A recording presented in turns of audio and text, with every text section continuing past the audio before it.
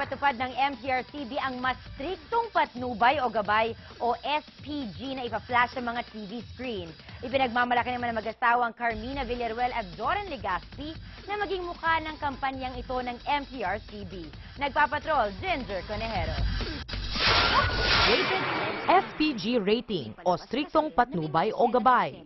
Ito ang bagong babala ng Movie and Television Review and Classification Board para sa mga manonood. Dagdag ito sa G, General Patronage, at PG, Parental Guidance Rating sa ginagamit ng MTRCB ngayon.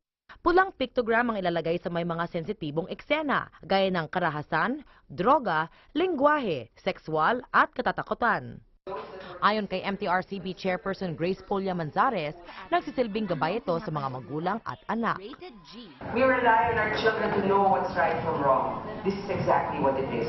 Pero ayon sa MTRCB, hindi ito nangangahulugan ng masama at hindi dapat panoorin ng programa na may SPG rating.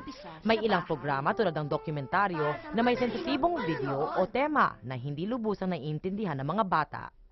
Sang-ayon sa bagong sistema ang showbiz couple na sina Carmina Villaruel at Zoren Legaspi na napiling spokespersons ng MTRCB. Buong puso namin tinanggap itong project na ito because naniniwala kami sa advocacy ng MTRCB. Mga magulang din kami, kaya parang gusto rin namin i-educate yung mga kapwa, mga magulang na gabayan natin yung ating mga anak. Samantala, pagkakataon din ni Carmina na linisin ang issue na nag-walk out siya sa isang commercial shoot kasama si Claudine Barreto.